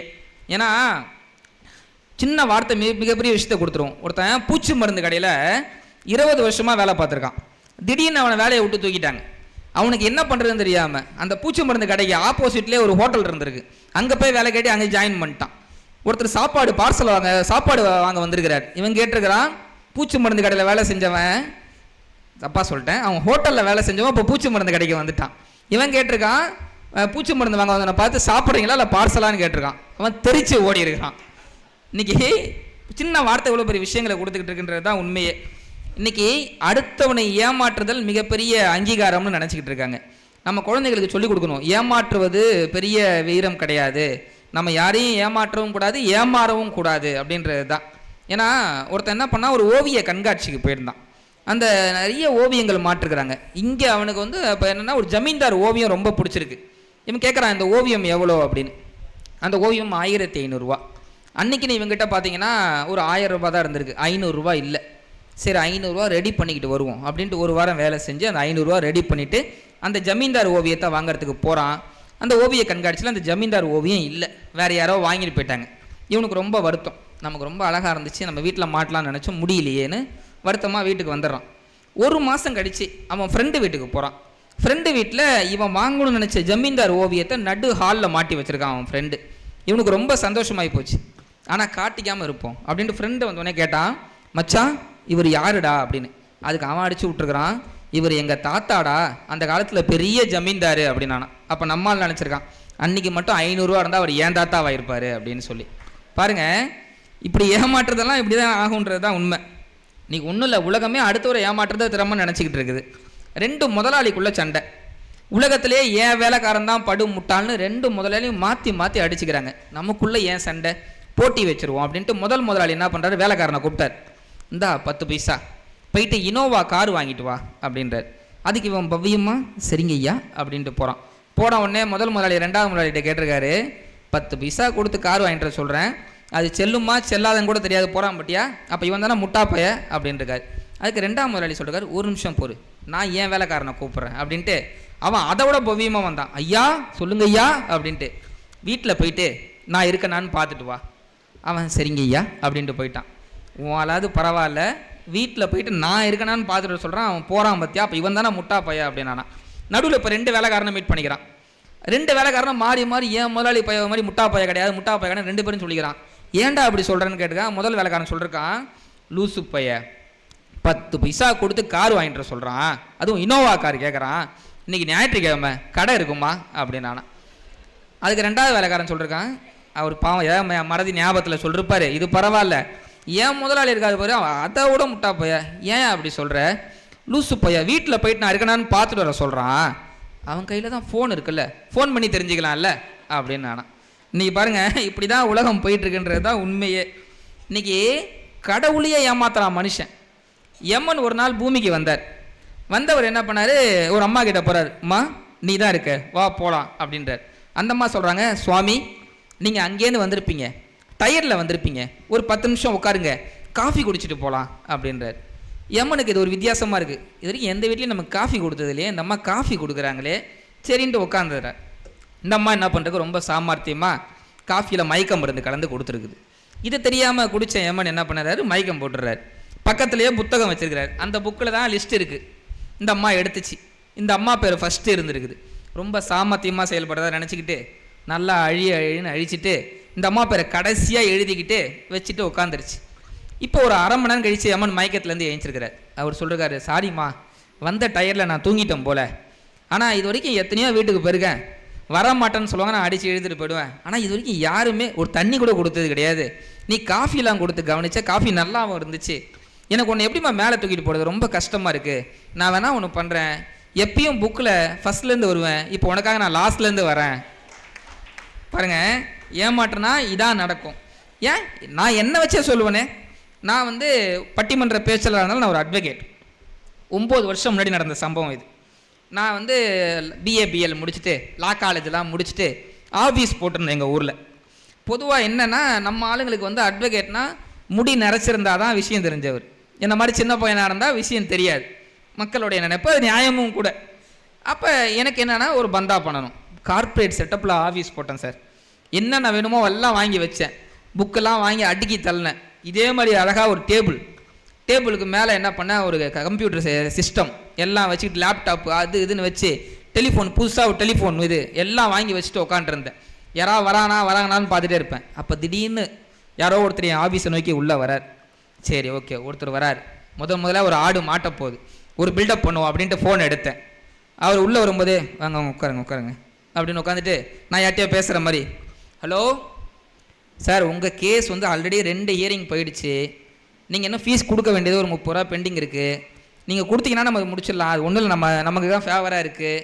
ஆமாம்மா அது ஜெயிச்சாச்சு, அந்த கேஸ்லாம் ஜெயிச்சாச்சு. அப்படியே பேசிட்டு அவர் நம்ம நம்பராரான்னு நான் பார்க்குறேன், நம்புற மாதிரி தான் இருந்துச்சு. அப்படியே 5 நிமிஷம் கழிச்சு அப்படி ஃபோனை கட் பண்ணிட்டு அப்படியே ரிலாக்ஸாக பேசுகிற மாதிரி, சொல்லுங்கள் சார் உங்களுக்கு என்ன கேஸ் அப்படின்னு. அதுக்கு அவர் சொன்னார், நீங்கள் இவ்வளோ நேரம் பேசிட்டு இருந்தீங்களே லேண்ட்லைன் ஃபோன், அதுக்கு நான் கனெக்ஷன் கொடுக்க வந்தவன் அப்படின்னாரு. இது தெரியாமல் அவர்கிட்ட நான் 10 நிமிஷம் பில்டப் பண்ணி பெரிய பல்பு வாங்கியிருக்கிறேன். இந்த பல்பு நான் மட்டும்தான் வாங்கினான்னு பார்த்தா கரண்ட்டு கண்டுபிடிச்ச தாமஸ் ஆல்வா எடிசனும் வாங்கியிருக்கிறார். கஷ்டப்பட்டு தாமஸ் ஆல்வா எடிசன் கரண்ட்டை கண்டுபிடிக்கிறார். இதை யார்கிட்ட சொல்லணும்னு தெரில. 999 முறை தோல்வி கண்ட தாமஸ் ஆல்வா எடிசன் 1000வது முறை இது கண்டுபிடிச்சு யார்கிட்ட சொல்லணும் தெரியாமல் பக்கத்தில் இருக்க படுத்திருக்க மனைவியை நைட்டு 1 மணிக்கு அடிச்சு எழுப்புறாரு, இங்கே பாரு அப்படின்னு. அந்த அம்மா ஏஞ்சி பார்த்துருக்கு, என்னையா இந்த பாரு லைட்டை கண்டுபிடிச்சிட்டோம் பாரு, கரண்ட் எரியுது பாரு அப்படின்னு. அந்த அம்மா சொல்லிருக்கு, அணைச்சிட்டு தூங்குண்டு படுத்துட்டாங்க. தாமஸ் ஆல்வா எடிசனுக்கு 1000வது முறையும் பல்பு தான் கிடைச்சதுன்னு சொல்லுவாங்க. அப்படின்னா இன்றைக்கி உலகம் இப்படிப்பட்ட உலகமாக இருக்க சூழ்நிலையில் இன்றைக்கி எல்லா இடத்துலையுமே நம்ம ரொம்ப தெளிவாகவும் நடந்துக்கோம். ஏன்னா நாங்கள் படித்த போதெல்லாம் அரசு பள்ளியில் படித்தேன் நான். அன்றைக்கெல்லாம் பார்த்தீங்கன்னா ஏன்டா வீட்டு பாடம் எழுதலை அப்படின்னு வெளியில் நிற்க வைக்குவாங்க. இப்போ இன்றைக்கி ஸ்கூலில் என்ன பண்ணுறாங்க, ஏன்டா ஃபீஸ் கட்டலைன்னு வெளியில் நிற்க வைக்கிறாங்க. அன்றைக்கி நம்ம எப்படி ஸ்கூல் சேர்ந்தோம், தலையை சுற்றி காதை தொட்டு ஸ்கூலில் சேர்ந்தோம். இப்போ ஊரை சுற்றி கடனை வாங்கி ஸ்கூலில் சேர்த்துக்கிட்டு இருக்கோம். நீங்கள் வந்து எங்கள் ஸ்கூல்லையே தான் ட்ரெஸ் வாங்கணும், எங்கள் ஸ்கூல்லையே தான் புக்கு வாங்கணும், எங்கள் ஸ்கூல்லையே தான் எல்லாமே வாங்கணுன்றாங்க. அந்த படிப்பு அதுக்கு நீங்கள் வெளில டியூஷன் வச்சுக்கோங்க. இன்னைக்கு கல்வி நிறுவனங்கள் இப்படி போயிட்டு இருக்க சூழ்நிலையில் குழந்தைகளுக்கு இன்னைக்கு ஸ்டேட் ஃபர்ஸ்ட் வாங்கிடுறான் பையன். பேங்க் செலானை கொடுத்து ஃபில் பண்ணதெல்லாம் நீ நிறைய பேருக்கு தெரியாது தெரியுமா? இந்த ஸ்டேட் ஃபர்ஸ்ட் வாங்குறான் பார்த்தீங்களா, அவனை கூப்பிட்டு இதான் பேங்க் செலான், இதை ஃபில் பண்ணுனா எது எங்கே ஃபில் பண்ணணும்னு தெரியாது. அப்போ இன்றைய கல்வி முறை என்ன நமக்கு சொல்லி கொடுத்துக்கிட்டு இருக்கு அப்படின்னா, நம்ம இதெல்லாம் மாற்ற வேண்டிய விஷயங்கள் இருக்குது அப்படின்றது தான் பெரிய விஷயமே. அதே மாதிரி பார்த்தீங்கன்னா இன்றைக்கி இருக்க சூழ்நிலையில் இந்த குழந்தைகள்லாம் ரொம்ப அழகாக தமிழ் பேசினாங்க. எனக்கு ரொம்ப ஆச்சரியமாக அழகாக இருந்துச்சு. எல்லா குழந்தைகளும் ரொம்ப அழகான தமிழில் பேசுனாங்க. நல்ல ஒரு பலத்தை கைத்தட்டல அந்த குழந்தைகளுக்கு நம்ம கொடுக்கலாம். ஏன்னா டிஸ்கவரி சேனலில் தமிழ் வந்துருச்சு, ஆப்பிள் ஃபோனில் தமிழ் வந்துருச்சு, ஹிந்து பேப்பரில் கூட தமிழ் வந்துருச்சு. ஆனால் தமிழை வாயில் மட்டும் தமிழ் வருவனா அப்படின்னு இன்றைக்கி இருந்துக்கிட்டு இருக்கு. அன்றைக்கி வெள்ளைக்காரன் நாட்டில் ஆண்டான், இன்றைக்கி நம்ம நாக்கில் ஆண்டுக்கிட்டு இருக்கான். பேசும்போதே கம்மிங் ஃப்ரைடே சிஸ்டர் மேரேஜ் மறக்காமல் வந்துடணும். 5 வார்த்தை இங்கிலீஷு, 2 வார்த்தை தமிழ். இன்றைக்கி அப்படிப்பட்ட சூழலில் தான் போயிட்டுருக்கோம். ஆனால் நம்ம ஒரு ஆச்சரியம் நம்ம புரிஞ்சுக்கணும். இங்கிலீஷுக்கு தமிழில் என்ன பேர்? ஆங்கிலம். தமிழுக்கு இங்கிலீஷில் என்ன பேர்? தமிழுக்கு இங்கிலீஷில் தமிழ் தான் பேர். தமிழை உலகத்தில் எந்த மொழியில் மொழிபெடுத்தாலும் தமிழும் தான் வரும். அப்படின்னா அதுதான் தமிழுக்கான சிறப்பே. வேற எந்த மொழியில் நீங்கள் மொழிபெடுத்தாலும் தமிழுக்கு தமிழ் தான் பேர். அதுதான் நம்ம மொழிக்கான சிறப்பே.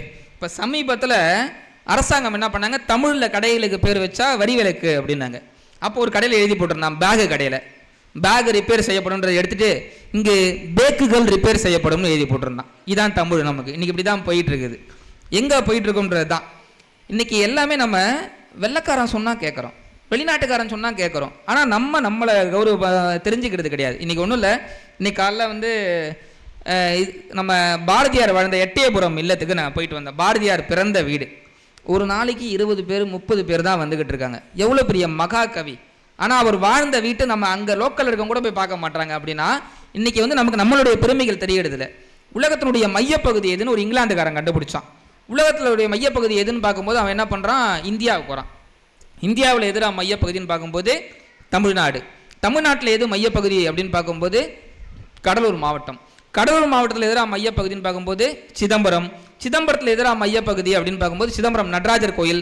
நடராஜர் கோயில் எது மையப்பகுதி போது நடராஜருடைய சிலாரூபம்.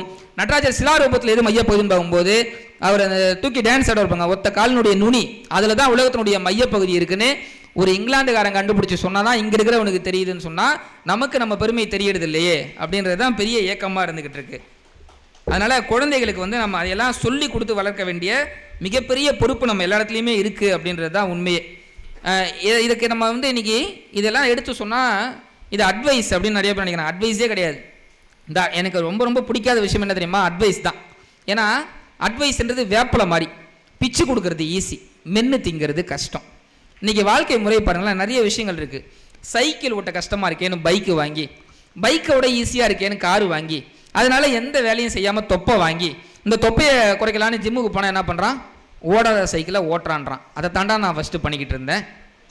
ஒரு காலத்தில் நம்ம வீட்டில் வீடு வீடாக வண்டி தள்ளிட்டு காய்கறி விற்றாங்க கிராமங்களில், டவுன்லேயே கூட. இப்போ என்ன பண்ணுறான், ஷாப்பிங் மாலும் நம்ம கையில் கொடுத்துட்றான்.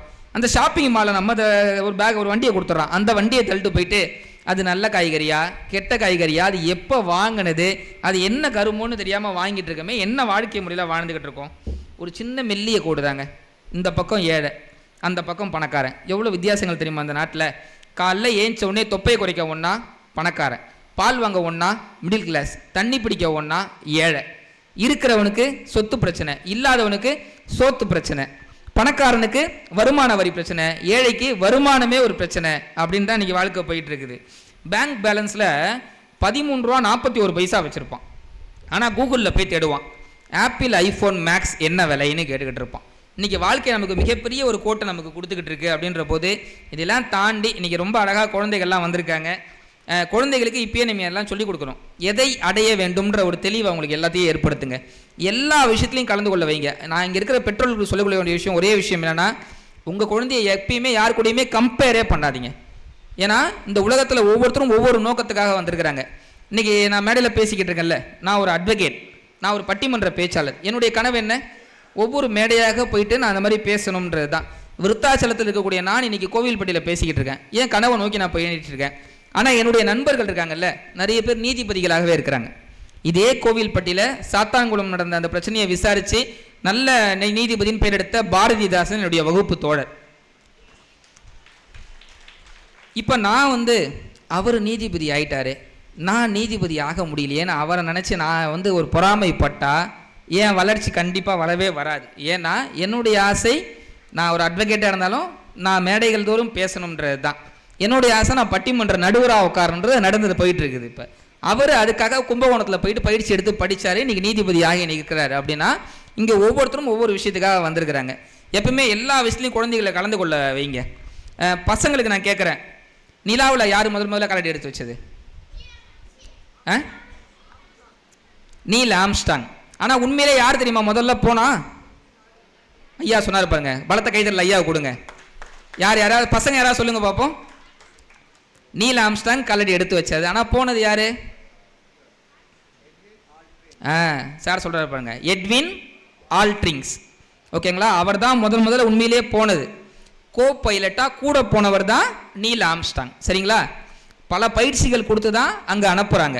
ஆனால் அங்கே போனவருக்கு என்னன்னா முதல்ல நீலால காலடி எடுத்து வைக்க போகிறோம், அது எப்படி இருக்கும்னு தெரியலையே, உள்ளே போயிடுவோமோன்னு பயம். ஆக்சுவலாக பல பயிற்சிகள் எடுத்துகிட்டு போன நீல் ஆம்ஸ்டாங் 2 பேருமே போகிறாங்க. ஆனால் இந்த எட்வின் ஆல்ட்ரிங்ஸ்க்கு பயம். அப்போ நாசாலேருந்து கமெண்ட் வருது, பைலட் நீங்கள் உங்கள் காலடியை எடுத்து வைங்க. இந்த எட்வின் ஆல்ட்ரிங்ஸ் பயப்படுறார். 1 நிமிஷ தயக்கம் தான். உடனே சொல்கிறாங்க, கோ பைலட் நீல் ஆம்ஸ்டாங் நீங்கள் உங்கள் காலடிகளை எடுத்து வைங்கன்னு கமெண்ட் வருது நாசாலேருந்து. உடனே சற்றும் தயக்கம் இல்லாமல் நீல் ஆம்ஸ்டாங் காலடி எடுத்து வைக்கிறார். உலகத்தினுடைய வரலாறு மாற்றி எழுதப்படுகிறது. தடுக்கி விழுந்தவனை கூட வரலாறு பதிவு செய்யும், தடுமாறி நின்றவனை வரலாறு பதிவு செய்ததாக சரித்திரமே கிடையாதுன்னு சொல்லுவாங்கன்னு சொன்னால், நீங்கள் எல்லாம் கற்றுக்கொள்ள வேண்டியது என்ன அப்படின்னா, நீல் ஆம்ஸ்டாங் மாதிரி எதுலேயுமே தயக்கமே இல்லாமல் எல்லா விஷயங்களையும் கலந்துக்கணும். சரிங்களா? இன்னைக்கு உண்மையிலே கலந்து கொண்ட அத்தனை குழந்தைகளும் ரொம்ப அழகு. அந்த தைரியம் தான் அவங்க வாழ்க்கையில் எப்பயுமே வேணும். அதை எப்பொழுதுமே நீங்கள் உற்சாகப்படுத்துங்க அப்படின்றது தான் நான் சொல்லக்கூடிய விஷயமே. ஏன்னா இந்த உலகத்தில் முதல்ல விமானம் யார் ஃப்ளைட்டுக்கு விட்டது? ஃபஸ்ட்டு ரைட் சகோதரர்கள்.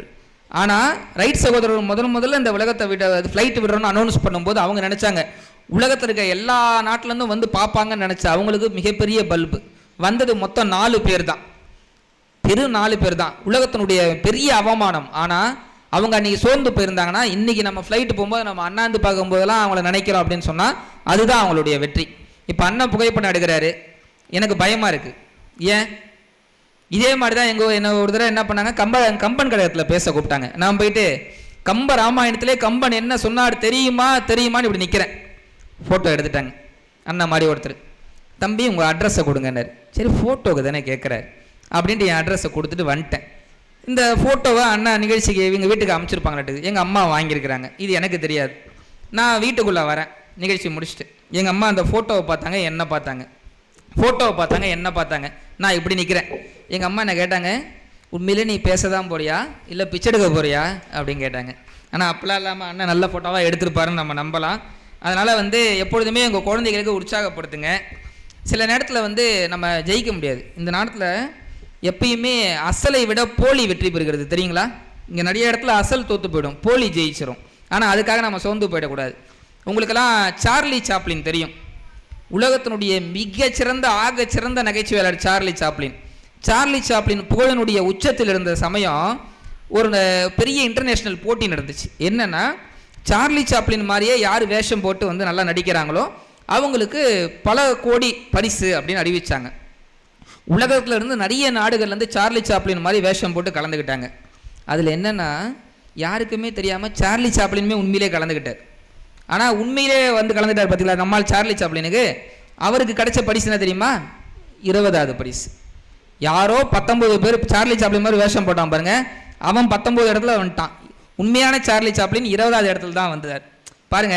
இந்த ஒரு விஷயம் சில நேரத்தில் போலிகள் வெற்றி பெற்றாலும் அது நம்ம கவலைப்படக்கூடாது. அதே மாதிரி ஒரு போட்டிகளில் வெற்றி தோல்வி முக்கியம் கிடையாது, பங்களிப்பு தான் முக்கியம்னு குழந்தைகளுக்கு சொல்லிக் கொடுங்க. ஒரு சின்ன பரிசு, ஒரு சின்ன பாராட்டு, சின்ன அங்கீகாரம், அதுதான் நமக்கு பெரிய வெற்றிக்கான காரணம். இன்றைக்கி நான் பேசிக்கிட்டு இருக்கேன், பல பேச்சு போட்டிகளில் தோல்வி அடைந்தவன் தான். ஆனால் இன்றைக்கி நான் இங்கே நிற்கலையா? வெற்றி பெற்ற யாரும் காண எங்கே இருக்காங்கன்னே தெரில.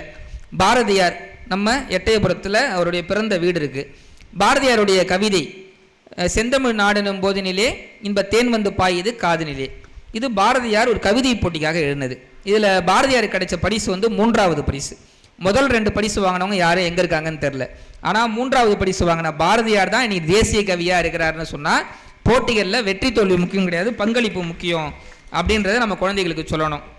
இன்னும் ஒரு 10 நிமிடங்களை என் பேச்சை நான் முடிக்கிறேன். அதே மாதிரி இன்றைக்கி ஒழுக்கம் ரொம்ப முக்கியம்.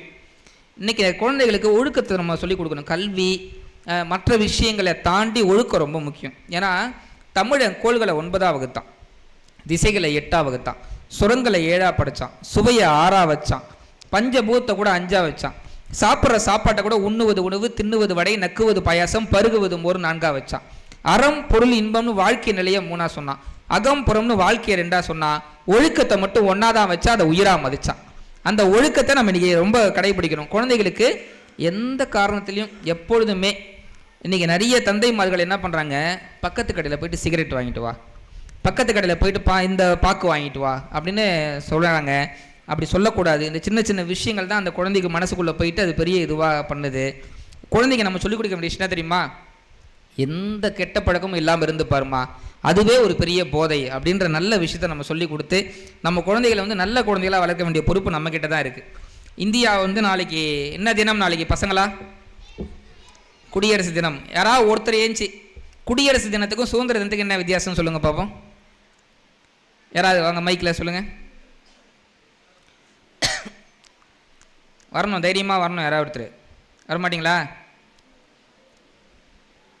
யாராவது ஒருத்தர் வாங்க. தெரியுமா? யாருக்கு தெரியும்? முதல்ல அதை நம்ம தெரிஞ்சுக்கிறோம். நம்ம இந்தியாவுடைய குழந்தை, நம்ம இந்தியர்கள். நாளைக்கு என்ன தினம்? குடியரசு தினம். வாங்க வா, மைக்கு வந்து சொல்லு, மைக்கில் வந்து சொல்லு. வா வா, பயப்படக்கூடாது, வா. அப்புறம் எப்படி அப்புறம் அண்ணா மாதிரி பேசுவோம். அங்கே வா, அங்கே வா. வந்தால் உனக்கு சிறப்பு பரிசு.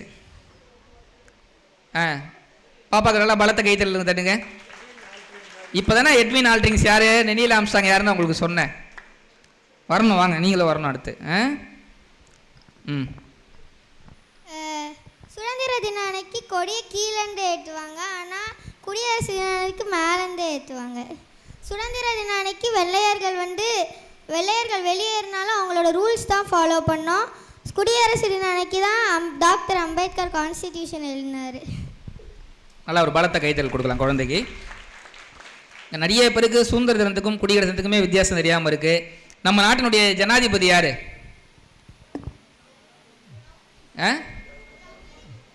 திரௌபதி முர்மு. இது போன்ற விஷயங்களை தான் நம்ம குழந்தைகளுக்கு சொல்லிக் கொடுக்குறோம். ஏன்னா இந்தியா வந்து பெருமை மிக்க நாடு. நாளைக்கு இந்தியாவினுடைய குடியரசு தின விழா. உலகத்தில் அடுத்த வல்லரசு இந்தியா தான். அமெரிக்காவும் சைனாவும் அடி வயிற்றில் கல்லை கட்டு உட்காந்துட்டு இருக்கிறாங்க. இன்றைக்கி அதை தாண்டி இந்தியா மிக சிறந்த தேசமாக வளர்ந்துக்கிட்டு இருக்கு. இந்தியா எப்படிப்பட்ட தேசம்ன்றது நான் ஒன்று சொல்லட்டுமா? சமீபத்தில் பாகிஸ்தானில் ஒரு 6 வயசு குழந்தைக்கு இதயத்தில் ஓட்டை. இந்த இதய ஓட்டையை சரி பண்ணணும்னா அறுவை சிகிச்சை செய்யணும். அப்போ உலகத்திலே எந்த நாட்டில் கம்மி விலையில் அறுவை சிகிச்சை சிறப்பாக செய்கிறாங்க அப்படின்னு பார்த்தா இந்தியா. ஆனால் அது பாகிஸ்தான் குழந்தை. வேறு வழியே இல்லாமல் அந்த பாகிஸ்தான் குழந்தைய 6 வயசு குழந்தைய கூட்டிகிட்டு அவங்க அப்பா வந்து நம்ம இந்தியாவுக்கு வராரு. இந்தியாவில் எங்கே நல்லா சிறப்பாக பண்ணுறாங்கன்னு பார்த்தா தமிழ்நாடு. தமிழ்நாட்டில் குறிப்பாக எங்கன்னு பார்த்தா சென்னை. சென்னையில் அந்த குழந்தைய கூட்டு வந்து 6 மாத காலம் இங்கே தங்கியிருந்து அந்த குழந்தைக்கு இதயத்தில் இந்த சிகிச்சைகள் மாற்று அறுவை சிகிச்சை நடைபெற்று வெற்றிகரமாக நடைபெற்று அந்த குழந்தைய வந்து இப்போ பாகிஸ்தான் கூட்டு போகிறாங்க. அப்போ இந்திய பத்திரிகையாளர்கள்லாம் சுற்றி நின்று நம்ம அந்த பாகிஸ்தான் தந்தைகிட்ட கேட்குறாங்க. அந்த 6 வயசு குழந்தையுடைய பாகிஸ்தான் தந்தை சொன்ன பதில் தான் இந்தியா எப்படிப்பட்ட நாடு என்பதற்கு சான்று. அந்த குழந்தைய பற்றி கேட்கும்போது அவங்க அப்பா சொன்னார், நாங்கள் அங்கிருந்து வரும்போது பாகிஸ்தானியராக வந்தோம், ஆனால் இங்கிருந்து செல்லும்போது இந்திய இதயங்களுடன் செல்கிறோம்னு சொன்னாங்கன்னு சொன்னால் இந்தியா அப்படிப்பட்ட நாடு. ஏன்னா இங்கே ரம்ஜான் பிரியாணியும் கிறிஸ்துமஸ் கேக்கும் தீபாவளி பலகாரமும் இருக்கும் வரை உலகத்தின் எந்த நாட்டு உளவுத்துறை நினைச்சாலும் இந்த நாட்டை ஒன்றுமே பண்ண முடியாதுன்னு சொல்லுவாங்க. சிதம்பரத்தில் கீழத்தெரு மாரியம்மன் கோயில்னு ஒரு கோயில், ரொம்ப பிரபலமான கோயில். அங்கே வந்து பார்த்தீங்கன்னா எல்லாம் தீ மிதிக்கிறாங்க. தீ மிதிக்கக்கூடிய நிறைய பெண்கள் வந்து தவறி விழுறாங்க, ஆண்கள் விழுறாங்க. அப்போ ஒரு தீயணைப்புத்துறை வீரர் வந்து எல்லாத்தையும் தாங்கி பிடிச்சி காப்பாற்றி வெளியே அனுப்புகிறார். அவர் யார்? அப்படி அவர் பேர் என்ன தெரியுமா? முகமது சுலைமான். முகமது சுலைமான் அப்படின்ற ஒரு இஸ்லாமியர் வந்து நம்ம இந்து கீழத்தெரு மாரியம்மன் கோயிலில் வந்து கடைபிடிக்கிறார். அதே போல் கோவில்பட்டியில் தூத்துக்குடின்னு நினைக்கிறேன், மாதா கோவில் திருவிழாவுக்கு வந்து மாரியம்மன் கோயிலிருந்து எல்லாருக்கும் தட்டி பாட்டில் கொடுத்து டிஸ்ட்ரிபியூட் பண்ணிருந்தாங்க. அதே போல் ரம்ஜான் காலத்தில் இந்து ராணுவ வீரன் துப்பாக்கி ஏந்தி பாதுகாப்பு கொடுக்கும்போது இஸ்லாமிய ராணுவ வீரர் தொழுகை நடத்தி கொண்டிருக்கிறார் அப்படின்னு சொன்னால் வேற்றுமையில் ஒற்றுமை காண்கிற நாடாக இன்றைக்கு இந்தியா இருந்துகிட்டு இருக்கு. அப்படின்ற போது இந்த குடியரசு தின நாளில் பெரிய நம்ம இளைஞர்களை பலமாக வச்சுக்கிட்டு இருக்கோம். இந்த குழந்தைகள் தான் நம்முடைய மிகப்பெரிய சக்தி.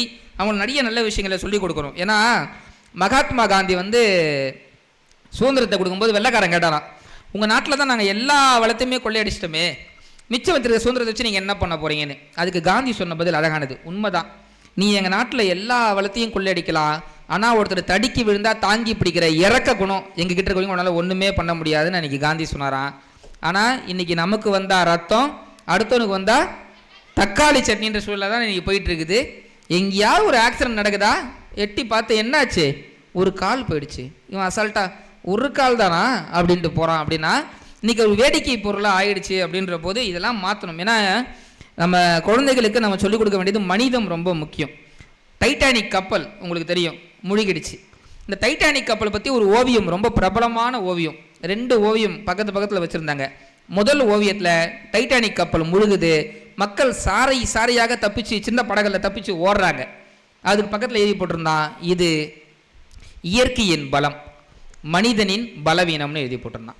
அதுக்கு பக்கத்தில் அதே மாதிரி டைட்டானிக் கப்பல் முழுகுது, குட்டி படகுல மக்கள் சாரையாக அந்த படகுல ஏறுறதுக்கு அடிச்சுக்கிட்டு ஓடுறாங்க. அப்போ ஒரு கர்ப்பிணி பெண் வருகிறாள், அங்கிருந்த அத்தனை பேரும் நவுந்து அந்த பெண்ணுக்கு இடம் கொடுக்கிறார்கள்.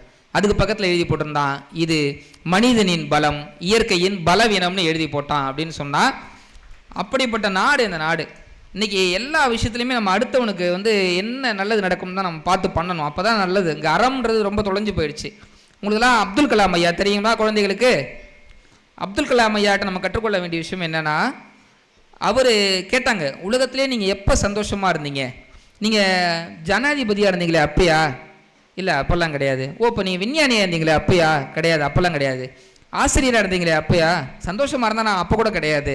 அப்போ எப்போ நீங்கள் ரொம்ப சந்தோஷமாக இருந்தீங்க? அப்படின்ற போது அப்துல் கலாம் சொன்ன பதில் தான் நம்ம வாழ்க்கை எப்படி வாழணுன்றதுக்கு.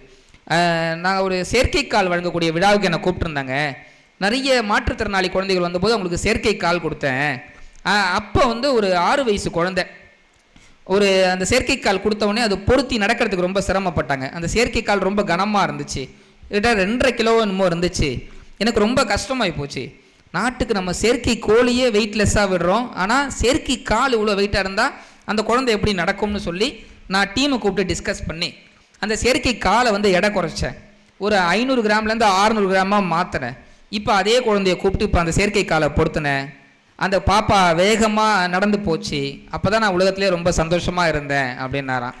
அப்போ இப்படிப்பட்ட நல்ல மனிதர்களாக நம்ம இன்றைக்கி இருக்கணும். அப்படின்ற போது நிறைவாக என் பேச்சை ஒரு விஷயத்தை வச்சு நான் முடிக்கிறேன். இந்த நான் சொல்லக்கூடிய கதை எல்லா குழந்தைகளையும் நல்லா கவனிக்கணும், சரிங்களா? வண்டலூர் ஜூவில் ஒரு சிங்கம் இருந்துச்சு. என்ன இருந்துச்சு? சிங்கம் இருந்துச்சு.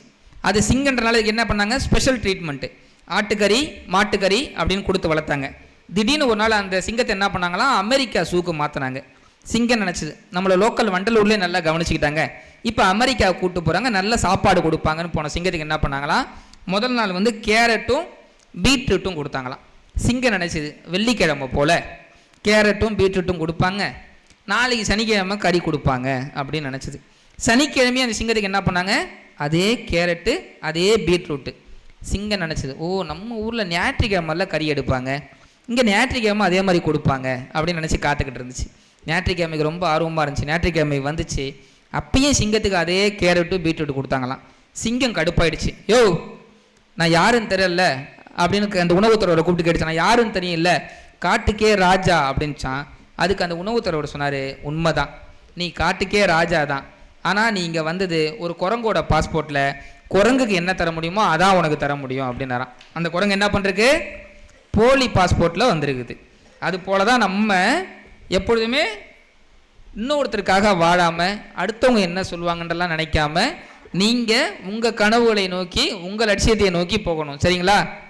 எல்லாருமே நல்ல அழகாக பேசுகிறீங்க, நல்ல அப்பா அம்மா உங்களுக்கு கிடச்சிருக்கிறாங்க, அதை நோக்கி நல்லா நடைபெறணும். இதே மகிழ்வோர் மன்றத்தில் உங்கள்லேருந்து யாராவது ஒருத்தர் சிறப்பு விருந்தினராக வந்து இங்கே பேசுனீங்க அப்படின்னா அதுதான் அவங்களுக்கு கிடைச்ச வெற்றி அப்படின்ற தெரிவித்து கொண்டு இந்த 1 மணி நேரம் நான் நல்லா பேசணும்னான்னு எனக்கு தெரியாது, உண்மையிலே தெரியாது. ஆனால் நீங்கள் எல்லாருமே நல்லா ரசிச்சிங்க அப்படின்றது தான் உண்மை. பொதுவாக எல்லா இடத்துலையும் சொல்கிறது தான், ஆனால் அப்படிலாம் சொல்லாமல் மனசார சொல்கிறேன். ரசிகர் மன்றம்னு வைக்கணும்னா அது உங்களுக்கு தான் வைக்கணும் அப்படின்றதெல்லாம் மாற்று கருத்தே கிடையாது.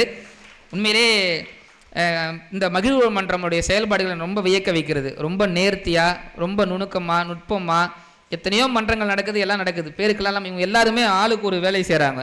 எல்லாருமே ஆசிரியராக இருக்கிறாங்க, மற்ற பணிகள் இருக்குது.